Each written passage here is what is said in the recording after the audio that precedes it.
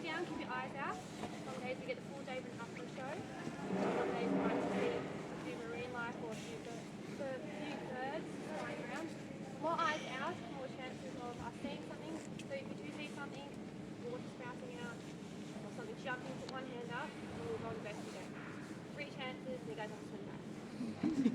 Alright, there is a toilet on board. It is downstairs, so we do recommend you guys to go and use the toilet before leaving.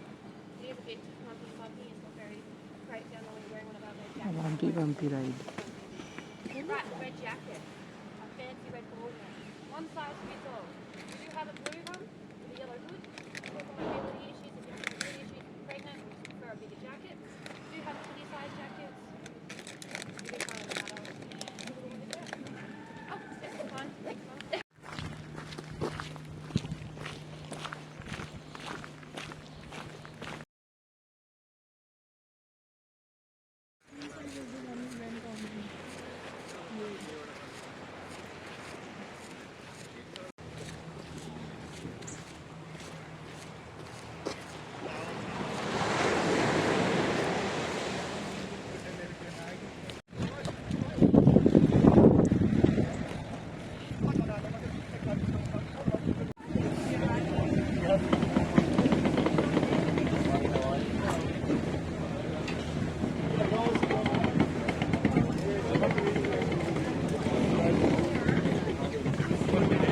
Two more!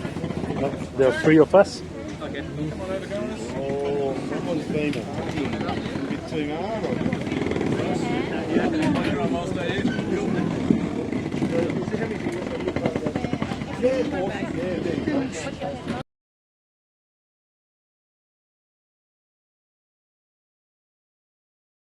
It's just ginger. If you do, let us know. Well, let's see, mate. Ginger, a bit spicy. We'll start at the front, make our way back. Unfortunately, we've got a few kids on board, so we can't get the rum out, can we? Gin, vodka, no, some water. So, guys, if you've got some water, it'll help wash it down. If you've got your own, fantastic. You're more than welcome to use ours. Possibly, if you can share a cup with your loved ones, with your partner, or even if you're married, it helps to keep our waste down to a minimum. Start at the front and make our way back. Not compulsory, just a precautionary measure. How about you, buddy? Yeah, that's it. Prevention's better than cure. How about you, sir? Yeah, I'm Ginger good. promotion, you sure? Yeah. How about you, love? Yes, please. Andrew, do you want some? Yes, yes. How about you? Couple for you.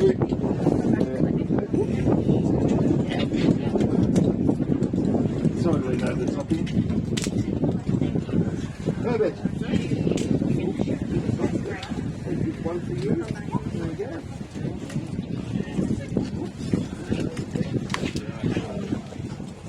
How about you? Okay. Not for him, no.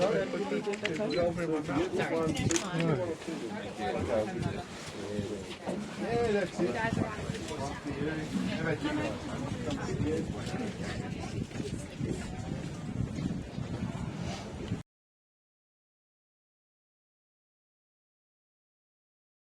Busting, you have to. If you'd like to use it, quiet times like this is a great time. Just let us know before you go down there. I mean, there's not many of us on board today, but if you sneak down there, I don't know you're down there, you're on your throne with your jacket up around your neck, and I bank the boat around and we go over a lump or a bumpy sea. I'm going there. Very messy. Pretty much is the most dangerous part on the boat, though, if I don't know you're down there. Okay, so just let us know before you want to use it. Little black button on the wall, push that in, hold it in for a fair bit, it'll flush like a normal toilet, and please don't put anything down there, it doesn't need to go down there, just use our toilet paper, okay, it's all designed for it. Okay,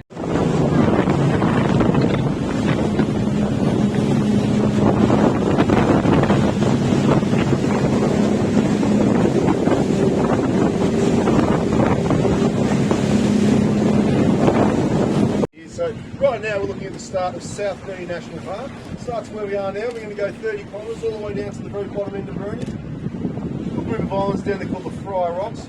There are a lot of Australian fur seals. A lot of. There's one just on the sort of in the middle on the right, the brown one. That's last year's fledgling. They need to shed their or what's called grand light. We need to light 3 times before they get into it. Pretty cool little bird.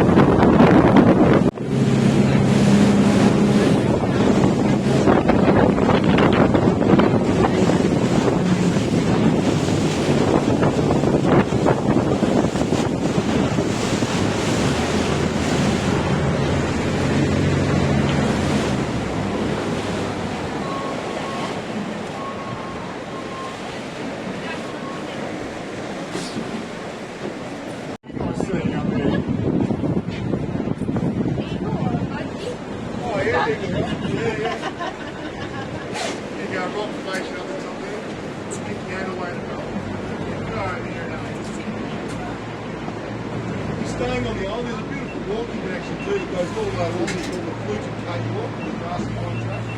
You can walk actually right above this counterweighted rock formation just up here on that above the full eagle rock, or as Ash said, budget rock. Come on, this is nothing. We thought it'd be a good idea to sort of climb down, climb on top of the rock, and take a few selfies and things like that. Yeah. It was all right until we had the back helicopter over here to pick you back off the rock and back up onto the walking track. Cost me $4,000. Not $4,000.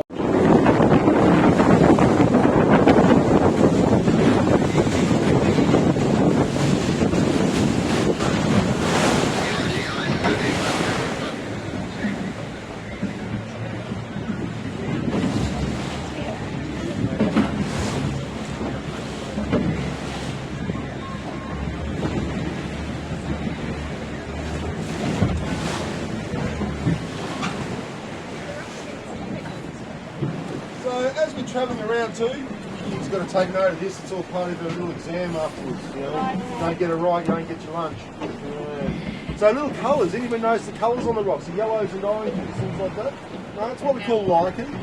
Lichen is a perfect symbiosis or a symbiotic relationship between algae from water and fungi from the air. So the algae forms structure on the rocks, and the fungal spores in the air land on top of it and provide food. And it's always found in pristine environments. So when you've been travelling around Tassie, especially up through the east coast, there's that lovely rich oranges and reds, and a little bit more sunlight also helps to make it a bit more colour.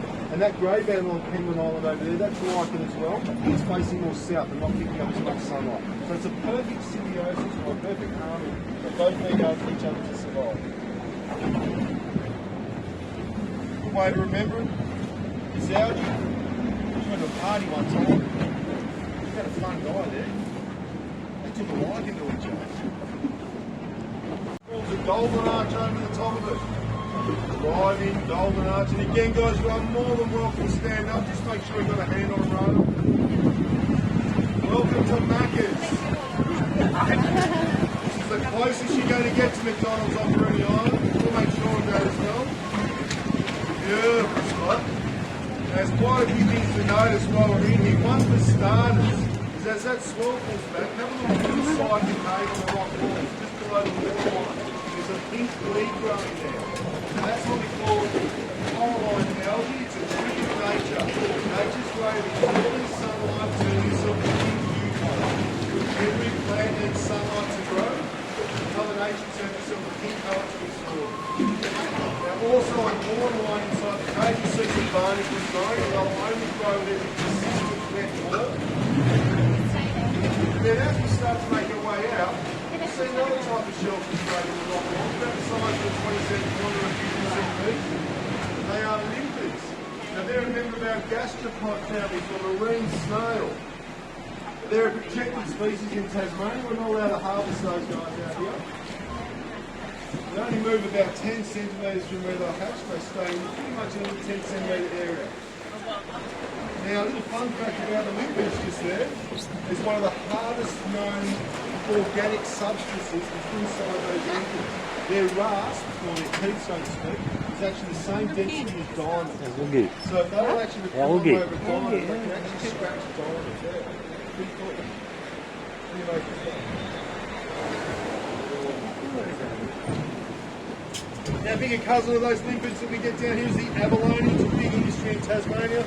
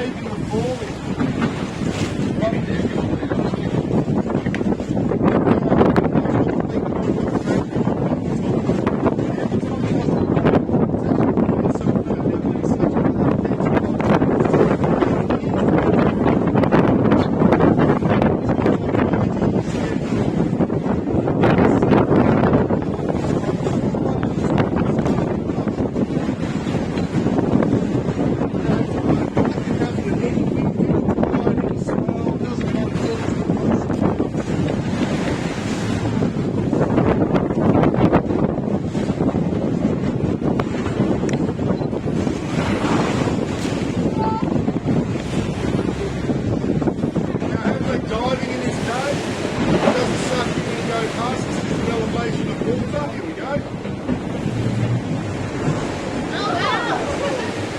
Just found a buck on the dash here, small, medium and large.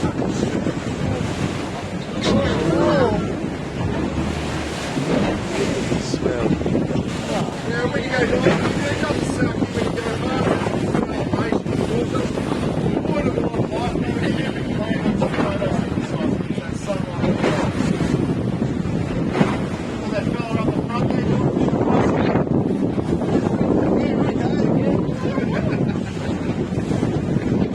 I'll stick your nose, I won't get too close.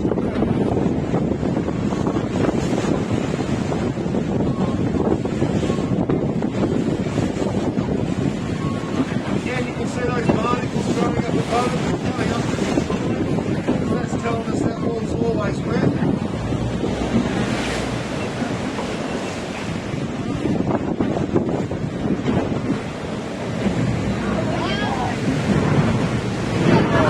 It's a bit bigger when we get closer, doesn't it?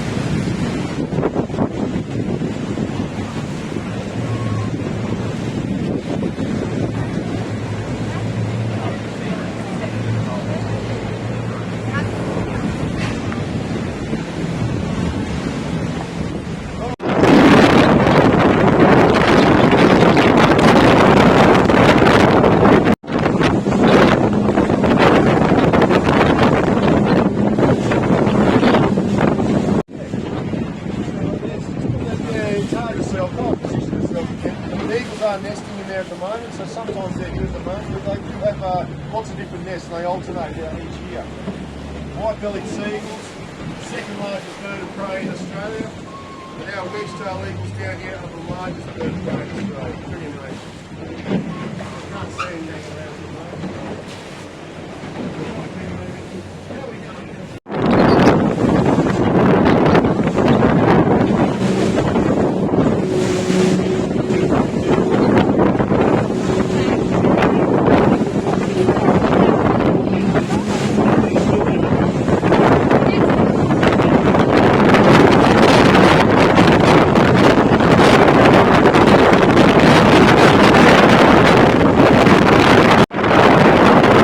Adventure Bay is another one of those safe havens. Sort of ambush or marine shark. Yeah, come right back here. There's a big bed seat down the back there as well. In the middle, if you want to get out of the wind. Yeah, so a great little spot there to here to hide out if we get a big storm that gets blown up unannounced down south. So nice and calm in here. If you look out past Mangala Bluff there, you can see the little lumps and bumps again. Just out there. Hawkesbury area is pretty mountains. So it's another type of rock which is called Triassic sedimentary sandstone. So it's from the Triassic era. So it's even older again, but it's very soft. It's a soft rock. So out on Mangala Bluff, out the headland there, we've got the dolerite rock, the really hard rock. As we come around, there's a big black wall in the corner over there. I'll show you that in a tick, which is called a dipole intrusion. Both the rock formations have met each other there, but they've been able to slide past. This rock where we are here, the Triassic here, the dolorite's under it, but it's been capped and stopped coming out. So very, very soft rock. The road's very, very easy. Rub your hands on it, really pains. Layer upon layer upon layer on there too. And different colours in there, different minerals getting blown around at the time. Yeah. It's about 280 odd million years old. You're from Melbourne on board? Yeah. I'm glad you're with it. Melbourne's old GPO building in the middle of Quinton Street is actually built out of Bruny Island sandstone. Yeah, so years ago, settlement times, they bring down the big old boats, we supply all the areas down in Tasmania.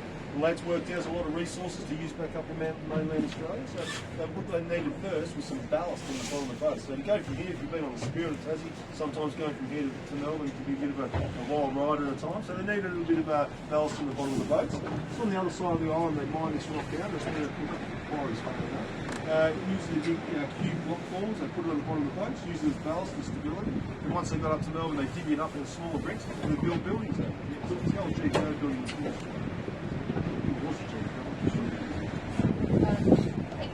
H&M, that's it, yeah. Something like that, Zara. 280 odd million years old, just on our right, you see the white wall there, two black lines go through it, that's actually coal. There's a big coal seam that goes all the way through here, and Coal Point, you would have come around in Adventure Bay to actually come around as well. But they wanted to mine out some coal many years ago, but they mined it out. There's a big house there, beautiful old house with a mine shaft going down to it. They realised it was part of a ton of dirty coal. When they tried to refine it, it was mixed with oxygen and it actually exploded. So bad for them, good for us though. Yeah, kept it all nice and pristine. A few dead trees up there in the tree line. Does anyone know why those trees might have died? Lightning. Yeah. Been on a bus. Sometimes the bus driver tells you. So it was a lightning strike. So many years ago, February the 7th, 1967, Tassie witnessed its worst bushfires in modern history down here. Started up a little bit north of Hobart as a lightning strike. Now very windy though, but not a normal south and westerly wind. It's a north northwest wind, over 40 knots. Very hot day in Tassie, it's about 22 degrees. About 42 degrees when you get those two elements come together, you're getting convection in the clouds. So the air gets sucked up into the air, blown across the North Cascade Channel. And there's all these areas behind us just there. So that's 6 years of pretty great time.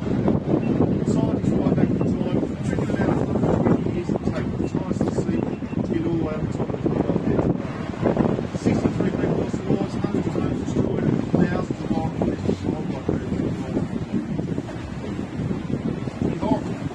tragedy in Tasmania happened that day. Lost the Cascade River. I think that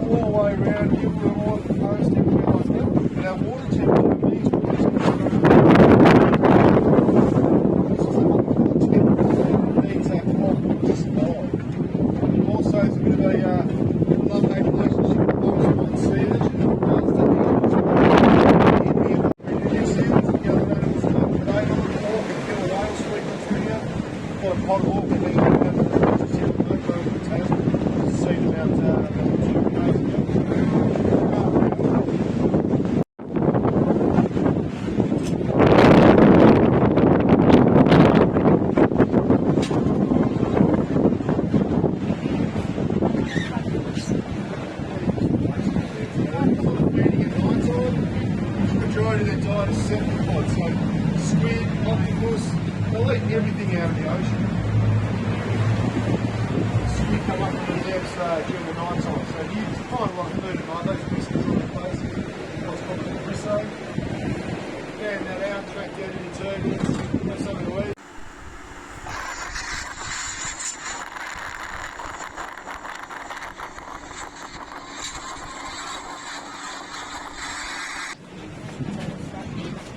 And you keep massaging them as well, keep them sort of nice and supple, and they stay warm for at least last about half an hour. Thank you.